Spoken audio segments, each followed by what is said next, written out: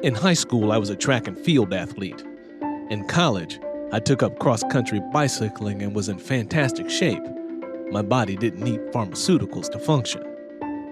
Then, somewhere in my mid-20s, society said, "It's time for you to stop running and bicycling so much. It's time to get a job and settle into adulthood like the rest of us." By age 30, my doctor says, "You have high cholesterol, take this pill. It will lower it." A year goes by, and at the next visit, my doctor says, "You have high blood pressure. Take this additional pill, which will reduce your risk of having a sudden heart attack." By age 50, I temporarily lost my eyesight due to sudden onset of type 2 diabetes.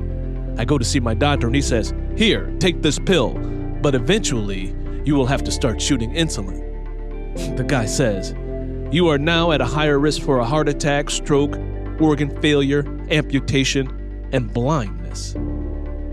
I walked out of his office depressed. Somewhere between the ages of 25 and 50, I completely lost my good health.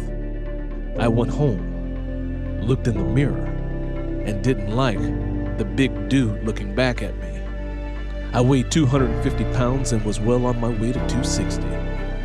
Society told me to grow up, be average, work, and then die. At that moment, I realized that being average wasn't paying off. It was time to rebuild myself.